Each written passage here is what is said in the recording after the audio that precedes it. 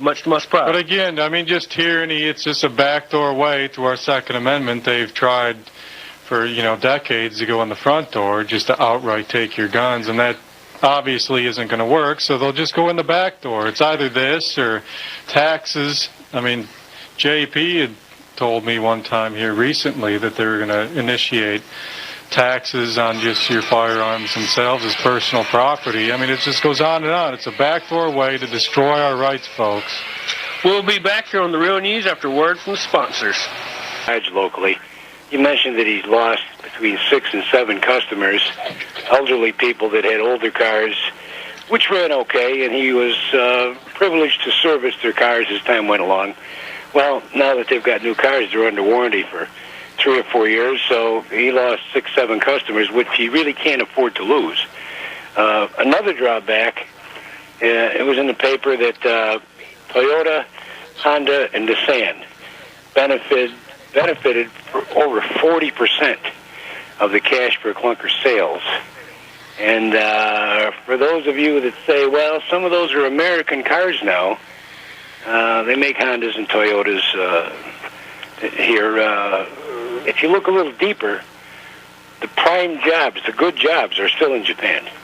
They build them over there, they ship them over here complete, and they install them in the cars. The good jobs are really still in Japan. And exactly, yes. It's just an assembly plant here. So it isn't really an American car. So yes, I agree. And one of the points that you made where, if you have a boom, which is what the government facilitated in this cash for clunkers, then you're going to have a bust. It's going to level out. You're going to have the heyday, then you're going to have the payday, and that's exactly what we're going to see. And of course, now they're even talking about, as we said earlier, cash for other things, appliances. I mean, it's just amazing. Go ahead, Dave. It's just exactly what you're saying. It's a boom and bust. Over a several-year time period, they're not going to sell any more or any less vehicles. It's going to work out the same, and it's going to wash out the same. Exactly. Yeah, exactly. I mean, why does the American people not see that? I mean, it's so obvious, but yeah, I agree 100%. And David Letterman this past week had a comment on the town hall meetings. He was saying that many of the town hall meetings have become a sort of a curious mixture of gun aficionados and the elderly. And in one case, this created some confusion.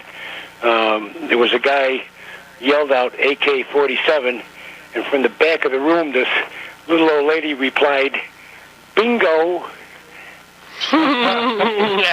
That's funny. Well, I appreciate that, Dave. We've got another caller. We're going to try to get as many on as we can, but I want to give you the last word. I thought you made some great points. Anything else you'd like to add today?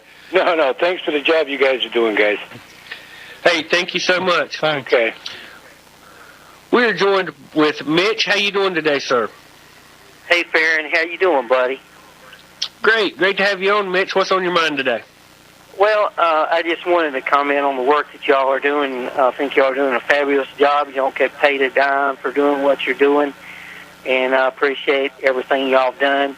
I just want to let the American people know that for 30 years, this government has fleeced us with lobbyists and special interest groups. There's 4,500 and some lobbyists and special interest groups are in Washington, and they take advantage of the government, and that's one of the problems that our government has.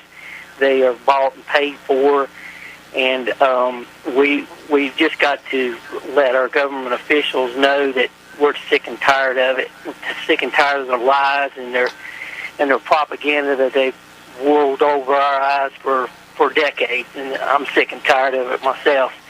And we just need to let our officials know this.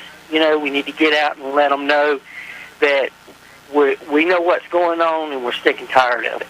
And it's